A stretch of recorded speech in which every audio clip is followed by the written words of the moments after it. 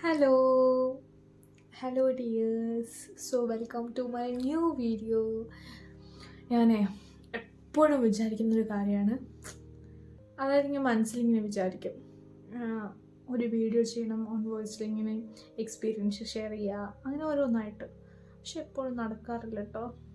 Front ക്യാമിലാണ് video എടുക്കുന്നത്, so അത്ര പോരാ. എന്നാലും നിങ്ങൾ അഡ്ജസ്റ്റ് ചെയ്യും, നമുക്ക് പഴയ ഇമ്പ്രൂവ് ചെയ്യാം. കാരണം വീഡിയോ എടുക്കുമ്പോൾ എനിക്കെന്നെ കണ്ടു പറയുമ്പോഴാണ് ഞാൻ കംഫർട്ട്. ഓക്കെ, അതൊക്കെ പോട്ടെ. അങ്ങനെ ഞാൻ എപ്പോഴും ഇങ്ങനെ മനസ്സിൽ ചിലപ്പോൾ വലിയ വലിയ കാര്യങ്ങളൊക്കെ പറയും, ഇതൊക്കെ റെക്കോർഡ് ചെയ്തിട്ട് വീഡിയോ എടുക്കാം. പക്ഷേ കാര്യത്തോടെടുക്കുമ്പോൾ അതങ്ങ് പോവും. പിന്നെ ആവട്ടെ എന്ന് വെച്ചിട്ട് അങ്ങനെ എന്നെ ഞാൻ വിചാരിച്ചു, ഓക്കെ ഞാൻ വീഡിയോ എടുക്കാമെന്ന്. അതായത് ചെറിയ എക്സ്പീരിയൻസ് ഉണ്ടാവുമല്ലോ. അപ്പോൾ ഡെയിലി വേണ്ട, ഡെയിലി ആകുമ്പോൾ അത് നിങ്ങൾക്കൊരു വെറുപ്പീരാവും. അപ്പോൾ ഒരു 2 days വൺസോ അങ്ങനെ 2 ദിവസം കൂടുമ്പോൾ ഞാനിങ്ങനെ കുറച്ച് ഒരു 5 minute ലെങ്ത്തിൽ വീഡിയോ ഇടാമെന്ന് വിചാരിക്കുന്നു. അറിയില്ല എത്രത്തോളം സക്സസ് ആവുമെന്ന്. കാരണം എല്ലാ ദിവസവും ഒരുപോലെ അല്ലല്ലോ. കാരണം ലോട്ട്സ് ഓഫ് മൂഡ് സീൻസിൻ്റെ കൊട്ടയാണ് ഞാൻ. വേഗം ദേഷ്യം പോട്ടെ. എല്ലാ ദിവസവും വൈകുന്നേരം വീട്ടിലെത്തുമ്പോഴത്തേക്ക് ക്ഷീണമായിരിക്കും ഒന്നാമത്. പിന്നെ വിചാരിക്കാം റെസ്റ്റ് ചെയ്യാം, അങ്ങനെ അങ്ങ് പോകും.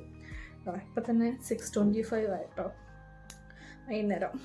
അപ്പം ഞാൻ കാര്യത്തിലേക്ക് വരാം. സോ അതായത് ഞാൻ ഈ വീഡിയോനെ കൊണ്ട് ഉദ്ദേശിക്കുന്നത് എന്താണെന്ന് വെച്ചാൽ, ഇങ്ങനെ ഡെയിലി ഞാൻ ഇങ്ങനെ ഇവിടെ വന്നിരിക്കും. എന്നിട്ട് ഞാൻ എൻ്റെ എക്സ്പീരിയൻസ് എന്ന് പറഞ്ഞാൽ ചെറിയ സങ്കടമാവാം, പിന്നെ കോളേജ് ലൈഫ് ആവാം, ഫാമിലി, ഓക്കെ, പിന്നെ ഓരോ കാര്യങ്ങൾ അല്ലെങ്കിൽ എന്തെങ്കിലുമൊക്കെ നിങ്ങളോട് ഷെയർ ചെയ്യാൻ. കാരണം ഞാൻ എൻ്റെ യൂട്യൂബ് ചാനൽ തുടങ്ങുമ്പോൾ ഡിസ്ക്രിപ്ഷനിൽ ഇട്ടിട്ടുണ്ട്, ഇതിൽ എന്തും എനിക്ക് തോന്നുന്ന നല്ലതെന്ന് തോന്നുന്ന കാര്യങ്ങൾ, അല്ലെ വേറെ ആൾ അറിയണമെന്ന് തോന്നുന്ന കാര്യങ്ങൾ, അങ്ങനെയൊക്കെ വീഡിയോ എടുത്ത് ഇടാമെന്നാണ് ഞാൻ ഉദ്ദേശിക്കുന്നത്. ഓക്കെ, സോ ഇന്ന് ഞാൻ എന്താ പറയുക എന്ന് വെച്ചാൽ, ഞാനിന്ന് എൻ്റെ കോളേജ് ലൈഫ് പറയാം. ഓക്കെ, കാരണം കോളേജ് ലൈഫ് എന്ന് പറയുമ്പോൾ എനിക്ക് ഓർമ്മിക്കാൻ ഒരുപാടുണ്ട് കേട്ടോ. അപ്പം നമുക്ക് കോളേജ് ലൈഫിൻ്റെ ഒരു പാർട്ട് പറയാം. ഞാൻ ആക്ച്വലി +2 കഴിഞ്ഞിട്ടേ, +2ൻ്റെ ആ ഒരു സെക്കൻഡ് ഇയർ ആകുമ്പോഴാണല്ലോ നമ്മൾ എന്ത് ചെയ്യണമെന്ന് ആലോചിക്കുക. അപ്പോൾ ഇങ്ങനെ ഈ പാംലെറ്റും കാര്യങ്ങളും, എന്തെങ്കിലും നോട്ടീസും, പിന്നെ ഫ്രണ്ട്സൊക്കെ ഇങ്ങനെ ഓരോന്ന് പറയുമല്ലോ. അങ്ങനെ ആണ് ഞാൻ ഈ B.Pharm കുറിച്ച് അറിയുന്നത്. അപ്പം ഞാൻ വിചാരിച്ചു, ഓക്കെ B.Pharm എടുക്കാം. അങ്ങനെ അതൊക്കെ വിചാരിച്ചു.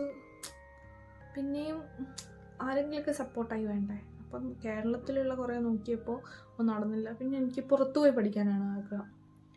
പിന്നെ വീട്ടുകാരെ സമ്മതിക്കുകയും വേണമല്ലോ. പറഞ്ഞപ്പോൾ ഓക്കെ എന്നായിരുന്നു. അപ്പോൾ പിന്നെ ആ സമയത്ത് എൻ്റെ ഒരു ഫ്രണ്ട് ഉണ്ടായിരുന്നു കേട്ടോ. അപ്പോൾ അവളും ഞാനൊക്കെ ഡിസൈഡ് ചെയ്തത്. പിന്നെ പുറത്ത് പോയി പഠിക്കണം എന്ന് പറഞ്ഞപ്പോൾ എന്നെ കൂടുതൽ സപ്പോർട്ട് ചെയ്ത എൻ്റെ ആൻറ്റി ആട്ടോ. പിന്നെ അച്ഛനും അമ്മയും എന്തായാലും ഉണ്ടാവും, പക്ഷേ പുറത്ത് പോയി അതായത് ഈ അമ്മയോ അച്ഛനെയൊക്കെ കൺവിൻസ് ചെയ്യുക എന്നൊക്കെ. കാരണം അച്ഛൻ പറഞ്ഞിട്ടുണ്ടായി, ആ സമയത്ത് മലയാളത്തിനെ ശ്രേഷ്ഠ ഭാഷ ആയിട്ട് ആക്കിയ ഒരു സമയമായിരുന്നു. അപ്പോൾ അച്ഛൻ ഇങ്ങനെ പറഞ്ഞിട്ടുണ്ടായി, നീ ഡിഗ്രിക്ക് പോയിക്കോ, മലയാളത്തിന് ഭയങ്കര വാല്യൂ ആയിരിക്കും. അങ്ങനെ ഞാനിപ്പോൾ അങ്ങനെ മലയാളത്തിന് കുറച്ച് കാണുമല്ലോ കേട്ടോ. പക്ഷേ എനിക്കെന്തോ അതിനോട് വലിയ ഇതില്ല. പക്ഷേ ഞാൻ പഠിക്കുന്ന സമയത്തൊക്കെ മലയാളത്തിൻ്റെ കവിത എഴുതുമായിരുന്നു, കഥ എഴുതുമായിരുന്നു, ഇങ്ങനെ വെറുതെ ഇങ്ങനെ ഓരോന്ന് എഴുതുമായിരുന്നു. ഇപ്പോൾ അങ്ങനെ ഇല്ല. അങ്ങനെയാണ് B.Pharm എടുക്കുന്നത്. ആക്ച്വലി B.Pharm എടുക്കാൻ കാരണം എന്തെന്ന് പറഞ്ഞാൽ, എനിക്ക് മാത്സ് ഇഷ്ടമല്ലായിരുന്നു. അങ്ങനെ ഞാൻ ഇവിടെ മാംഗ്ലൂരിൽ പോയി അവിടുന്ന് അഡ്മിഷനൊക്കെ എടുത്ത്. ഓക്കെ, അങ്ങനെ ഞാൻ കുറേ ബുദ്ധിമുട്ടുകൾ ഉണ്ടായി. അതായത് ഫാമിലീൻ്റെ ഭാഗത്തുനിന്നല്ല കേട്ടോ. ഞാൻ ഒരു പോർഷൻ പറയുന്നല്ലേ പറഞ്ഞത്. അപ്പം ഞാൻ അഡ്മിഷൻ എടുത്തു, അവിടെ പോയി. അങ്ങനെ ഞങ്ങൾ ഹോസ്റ്റലിൽ 3 പേരായിരുന്നു. പിന്നെ ഒരുപാട്, അതായത് നമ്മൾ ഓരോ സ്ഥലത്തു നിന്നുള്ള ആൾക്കാരൊക്കെ ഉണ്ടാവുക. അങ്ങനെ മേഘാലയ, ഓക്കെ, പിന്നെ കർണാടക, പിന്നെ അവിടെ ഒക്കെ ഉള്ള ആൾക്കാരൊക്കെ ഉണ്ടായി. പിന്നെ എൻ്റെ ബാച്ചിൽ മലയാളീസ് ആയിരുന്നു കൂടുതൽ. അങ്ങനെ ഞാൻ പറഞ്ഞില്ല എൻ്റെ ഒരു ഫ്രണ്ട് ഉണ്ടായിരുന്നു എന്ന്. അവിടെ ഞാൻ പിന്നെ ഞങ്ങൾ ഒരു നാട്ടുകാരിയായ വേറൊരു കുട്ടിയും കൂടെ ആയിരുന്നു കേട്ടോ റൂമിൽ. അങ്ങനെ ഫസ്റ്റ് ഇയറിലുള്ള ഒരു ഇൻസിഡൻ്റാണ്. ഫസ്റ്റ് ഇയറിൽ ഞാൻ അനുഭവിച്ച ചെറിയ ഒരു സ്ട്രഗിളാണ്, എനിക്ക് സ്ട്രഗിളായി തോന്നിയ ഒരു കാര്യം കേട്ടോ എന്ന് പറയുന്നത്. അതായത് ഇന്ന് ഓർക്കുമ്പോൾ അയ്യോ അങ്ങനെയൊക്കെ ആയിരുന്നല്ലോ എന്നുള്ളത്. അതായത് ഞാൻ മലയാളം മീഡിയത്തിലാണ് പഠിച്ചത്. അതായത് 10th വരെ മലയാളം മീഡിയം, പിന്നെ അത് കഴിഞ്ഞ് പ്ലസ് ടു ഇംഗ്ലീഷിൽ. പക്ഷേ പ്ലസ് ടു ആ ഒരു 2 വർഷം വേഗം കഴിഞ്ഞു പോകുമല്ലോ. അതെങ്ങനെയൊക്കെ തട്ടിക്കൂട്ടി ട്യൂഷനൊക്കെ പോയി എന്തൊക്കെ ഇതുകൊണ്ട് അങ്ങ് പാസ്സായി. തരക്കേടില്ലാത്ത മാർക്കൊക്കെ ഉണ്ടായിരുന്നു കേട്ടോ. തട്ടിമുട്ടി എന്ന് പറഞ്ഞാൽ അയ്യോ മാർക്കൊന്നും ഇല്ലാണ്ട് പാസ്സായി എന്ന് ധരിക്കരുത്. അങ്ങനെ അതൊക്കെ കഴിഞ്ഞ് ഞാൻ എവിടെയാണ് അങ്ങനെ ഈ മലയാളം മീഡിയമാണ് വിഷയം. ഓക്കെ, അപ്പോൾ ഞാൻ മലയാളം മീഡിയത്തിലാണല്ലോ പഠിച്ചത്. അപ്പോൾ എനിക്ക് ഈ മലയാളത്തിൽ മാത്രം, പിന്നെ ഈ റൂംമേറ്റ്സും മലയാളികളാണല്ലോ. അപ്പം നമ്മൾ മലയാളി എന്താ സ്വാഭാവികം, മലയാളം മാത്രം സംസാരിക്കും അല്ലേ. അങ്ങനെ ഈ മലയാളം എനിക്ക് നല്ല മുട്ടം പണിയായിരുന്നു. കാരണം ഫസ്റ്റ് ഇയറിൽ അറിയാത്ത പുതിയൊരു ലോകത്തിലാണല്ലോ. അങ്ങനെ ഫസ്റ്റ് ഇയർ സബ്ജക്ട്സും ഡിഫിക്കൽട്ടായിരുന്നു പഠിക്കാൻ. ഓക്കെ, അതൊക്കെ പോട്ടെ. പക്ഷേ ഈ മലയാളം, നമ്മൾ ഈ മലയാളികൾ മലയാളം മാത്രം പഠിച്ചുകൊണ്ട് ഒരു കാര്യമില്ല.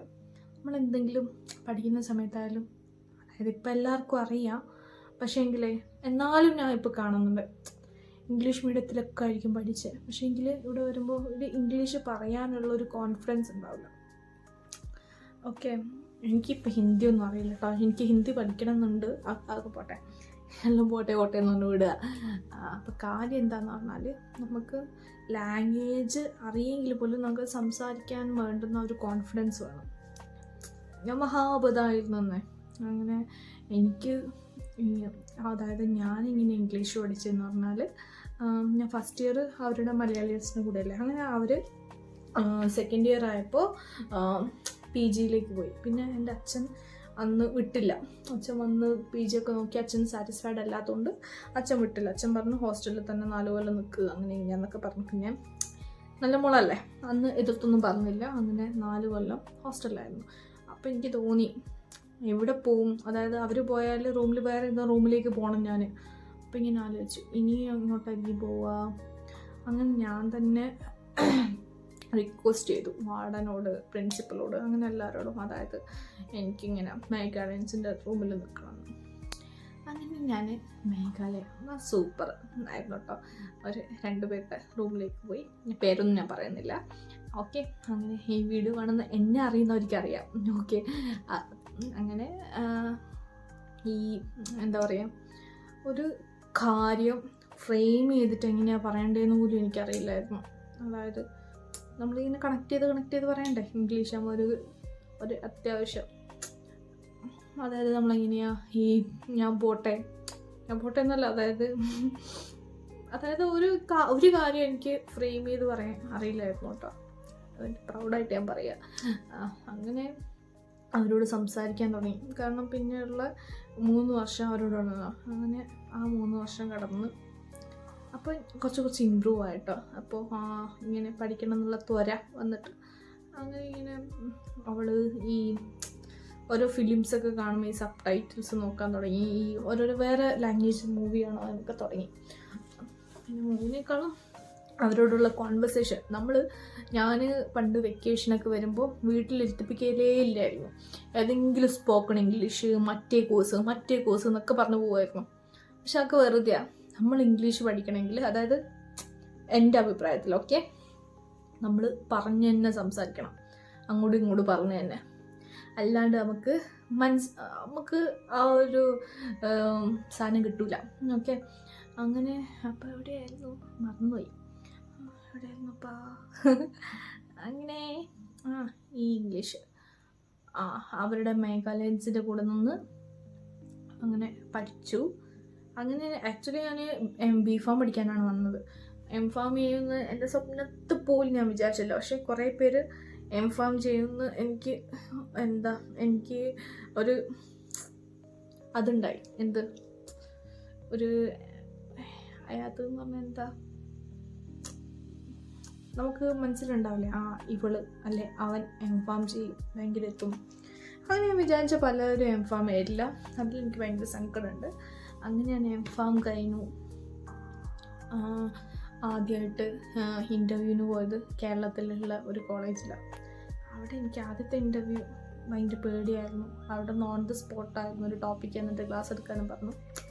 എനിക്ക് പറ്റിയില്ല, അതായത് അത്ര കൊള്ളൂലായിരുന്നു. അങ്ങനെ അതൊക്കെ പോയി. മാംഗ്ലൂരിൽ ഒരു കോളേജിലാണ് ഞാൻ ആദ്യം വർക്ക് ചെയ്തത്. അങ്ങനെ അവിടെ ഒരു ഓൾമോസ്റ്റ് 1 year അവിടെ വർക്ക് ചെയ്തു. അങ്ങനെ അത് നല്ലൊരു എക്സ്പീരിയൻസ് ആയിരുന്നു. അതായത് ഒന്ന് ആലോചിച്ച് നോക്കിയേ, ഒരു കാര്യം കൂട്ടി വായിക്കാൻ പറ്റാത്ത ഞാൻ എടുത്ത സ്ട്രഗിൾ എന്ന് പറയുമ്പോൾ ബാക്കിയുള്ളവർ വിചാരിക്കും എന്താ ഇംഗ്ലീഷ് പഠിക്കാൻ ഇത്ര ബുദ്ധിമുട്ടെന്ന്. പക്ഷേ ഞാൻ കുറേ ബുദ്ധിമുട്ടിയിട്ടാണ് പഠിച്ചോട്ടോ. അങ്ങനെ ഇപ്പം ഞാൻ ക്ലാസ് എടുക്കുന്നു, എനിക്ക് വന്ന മാറ്റങ്ങളൊക്കെ നോക്കി.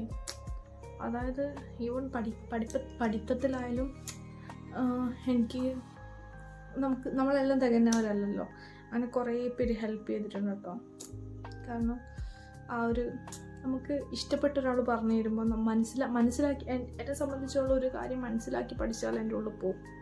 കാരണം നോട്ട്സൊക്കെ ഞാൻ തന്നെ ഉണ്ടാക്കി. പിന്നെ എനിക്ക് നോട്ട്സ് തരുന്ന ഒരുപാട് പേരുണ്ടായിരുന്നു. അതായത് പിന്നെ അവരുടെ നോട്ട് നോക്കി ഞാൻ പിന്നെ എഴുതി. നമ്മൾ എഴുതി പഠിക്കുന്ന അതുകൊണ്ട് ഞാനിപ്പോൾ എൻ്റെ സ്റ്റുഡൻസിനോടും പറയാം, എഴുതി പഠിക്കുകയും എന്നാൽ തലയിൽ കയറുന്നു. അങ്ങനെ എൻ്റെ ലൈഫിൽ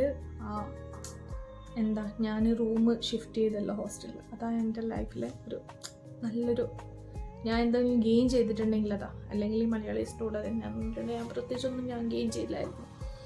അങ്ങനെ അത് നല്ലൊരു എൻ്റെ മെമ്മറിയാണ്.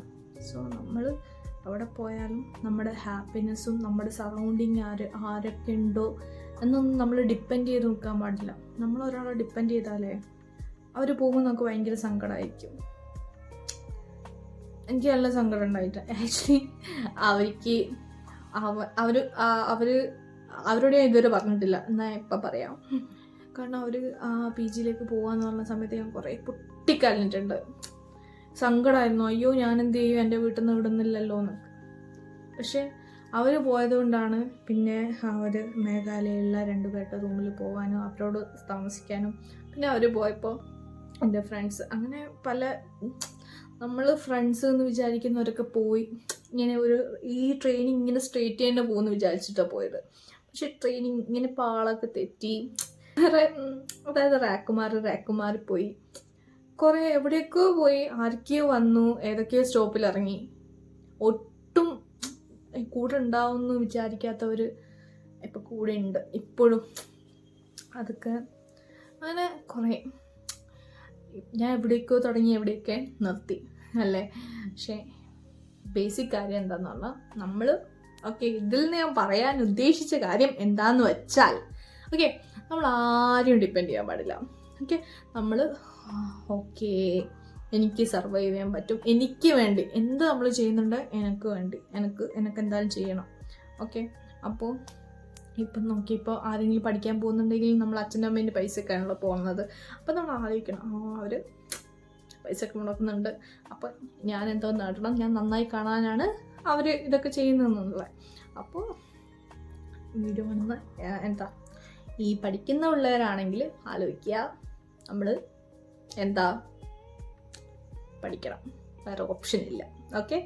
പിന്നെ ജോലി കിട്ടിയിട്ടോ ജോലി കിട്ടാണ്ട് ഇങ്ങനെ സ്ട്രഗിൾ ചെയ്യുന്നവരാണെങ്കിൽ നോക്കിയോ, ഒരാളെ ഡിപ്പെൻഡ് ചെയ്തിട്ട് ഒരു കാര്യമില്ല. അപ്പം അത്രയേ ഉള്ളൂ. ബൈ.